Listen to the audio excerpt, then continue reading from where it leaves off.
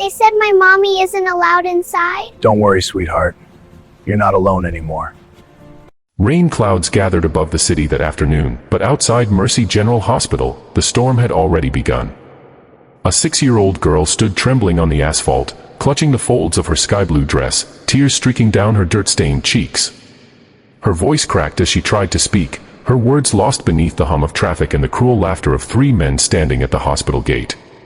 Her small hand pointed toward the glass doors where her mother, pale and barely standing, was being held back. The child's words pierced the air like a cry from another world. "They won't let my mommy in." Her name was Sophie Turner, a child too young to understand cruelty, but old enough to recognize fear. Her mother, Laura, had been working double shifts at a local diner for months, fighting to afford her medication after a severe infection left her weak and barely able to breathe.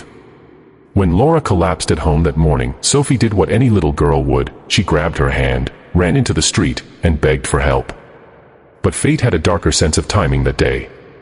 The hospital's front entrance was under renovation, and the only open gate was temporarily watched by 3 contractors, rough, cold, and heartless men who treated the struggling mother like an inconvenience rather than a human life.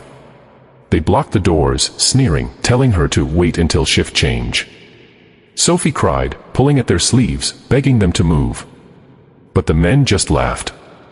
One of them, tall with a gray sleeveless hoodie and cigarette between his lips, waved her off like she was a pest. The second leaned against the wall, taking videos on his phone as if her pain were entertainment.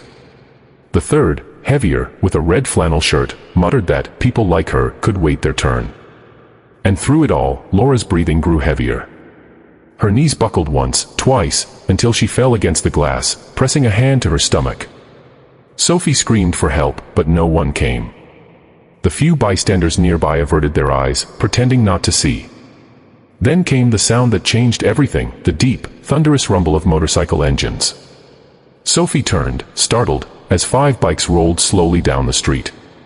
The noise made the thugs glance over, but they didn't pay much attention until the riders parked just a few meters away. The engines fell silent, and all that remained was the rhythmic clicking of cooling metal and the echo of heavy boots hitting pavement. At the front of the group was a man built like iron and time itself, Ryder Callan, late 40s, weathered by years of road and storm.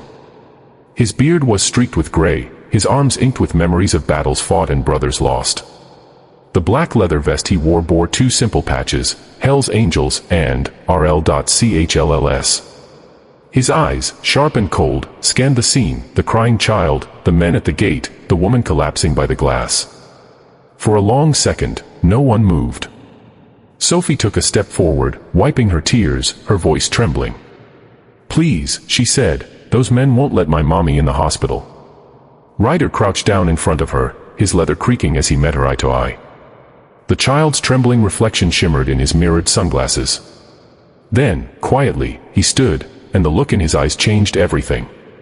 Without a word, he handed his gloves to one of his men, turned toward the hospital, and began to walk. The others followed, spreading out like a storm front moving over a field. The 3 thugs froze. Their laughter died mid-breath. Ryder's boots echoed against the asphalt, steady and deliberate, until he stood right before them. "Move," was all he said, his voice low, gravelly, final. The man in the hoodie sneered and tried to speak, but Ryder's stare cut him down faster than words. Behind him, his brothers stepped closer, their tattoos gleaming under the sun, their faces unreadable. The largest of them, a bald giant named Mace, rested one hand on a parked motorcycle, silent, but every muscle tense.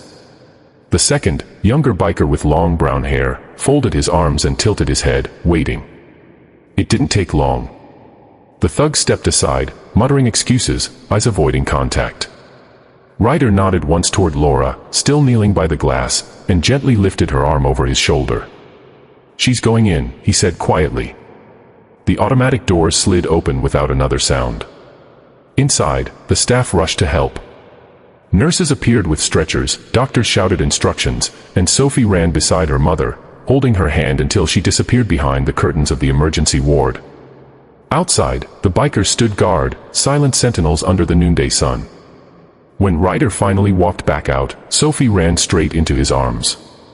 She was crying again, but this time from relief. "Thank you," she whispered. He smiled faintly, brushed her hair back, and told her, you're braver than most grown men I know." He didn't stay long, just long enough to make sure Laura was safe. Before he left, he placed a folded $20 bill in Sophie's hand. On it, written in pen, were 3 words, "For Mom's medicine." As the engines roared to life again, the hospital staff stood at the windows, watching in silence. No one would forget that moment, not because of the leather jackets or the noise of the motorcycles, but because they saw something pure that day. In a world that often turns away from pain, 5 men stopped. And in stopping, they changed a life. When Laura woke up later that evening, Sophie was by her side, clutching the note like a treasure. "Who helped us?" she asked softly. Sophie smiled and said, "Angels, Mommy. Hell's angels." If this story touched your heart, if you believe kindness can come from where you least expect it, please like, share, and subscribe to Kindness Corner, where real stories of compassion remind us what humanity still means. Before we end, tell us in the comments, what would you have done if you were there that day? Because sometimes, one act of courage is all it takes to change someone's forever.